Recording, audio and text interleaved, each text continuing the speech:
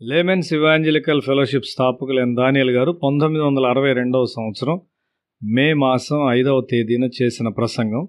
వాక్య పఠన భాగము గలతీ పత్రిక 4వ అధ్యాయము 29వ వచనం నుండి 5వ అధ్యాయం 26వ వచనం వరకు. మార్పు చెందిన వారికి వచ్చు ఒక గొప్ప శోధన నుండి సంరక్షించుకుని విషయాన్ని గురించి పరిశుద్ధుడైన పౌలు హెచ్చరించుటకు ప్రయత్నించున్నాడు. కొన్ని సమయాల్లో పరిశుద్ధాత్మ నిన్ను నడిపించుటకు బదులు నీ మనస్సు నిన్ను నడిపించును. అప్పుడు గొప్ప సమస్య వస్తుంది. దేవుని కృప మీద ఆధారపడుటకు మరియు ఆ మహిమనంతటినీ దేవునికి ఇచ్చుటకు బదులుగా నీవు సహజంగా నీ సామర్థ్యాలను ఉపయోగించి మహిమనంతటినీ నీవు తీసుకుంటావు. అదంతా నీ మంచితనము లేక నీ కుటుంబ శిక్షణగా నీవు తలస్తావు. గల్తీలు ఆత్మానుసారమైన మనస్సు నుండి వేరై శరీరానుసారమైన మనసులోనికి ప్రవేశించున్నారు. వారు ధర్మశాస్త్రమును ఆచరించుటను గూర్చి గర్వించారు మరియు వారి భక్తి మానసికమైందిగా లేక శరీర సంబంధమైందిగా తయారగుచున్నది. మన భక్తి ప్రత్యక్షత కలదైతే ప్రభు అయిన యేసు యొక్క మరణ పునరుత్థానముల ద్వారా మనకు అందుబాటులో ఉన్నది. నీ కుటుంబ గర్వమును నీవు పారద్రోలి దేవుని వాక్యానుసారముగా జీవించని నీ తల్లిదండ్రుల పాపములను నీవు ఒప్పుకొనవలసి ఉన్నావు. చాలామంది వారి కుటుంబంలోని క్రమశిక్షణలో గర్వపడుచుంటారు. నిజమైన వెలుగు మనలోనికి వచ్చినప్పుడు మన కుటుంబంలో ఆచరించిన భక్తి తప్పైనది అని మనం చూస్తాం. మన పూర్వీకుల భక్తి చాలా వరకు దేవుని వాక్యమునకు వ్యతిరేకమైంది.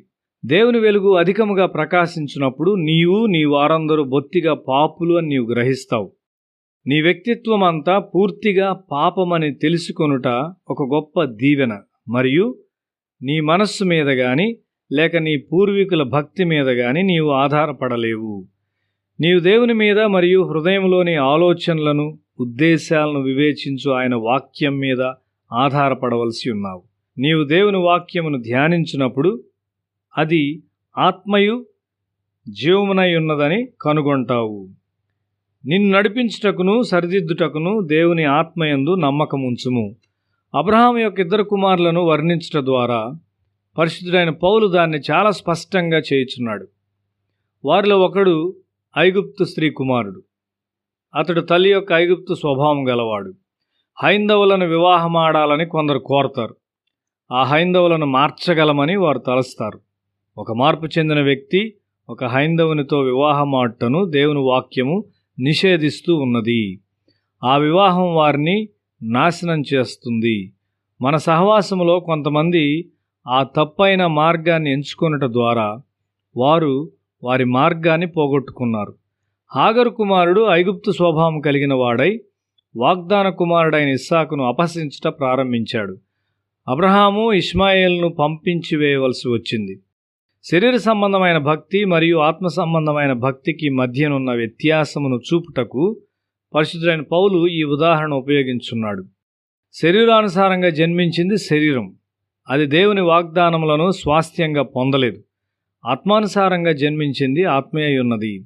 ఆత్మయే మేల్కొల్పునది. శరీరము నిష్ప్రయోజనమైనది. దేవుని ఆత్మచేత నడిపించబడువారు దేవుని కుమారులు. శరీర కార్యములు ఆత్మఫలమునకు వ్యత్యాసంగా ఉన్నవి. శరీర ఫలము పాపముతో నిండి ఉన్నది. ఆత్మఫలము దేవుని స్వభావమును కనబరుచును.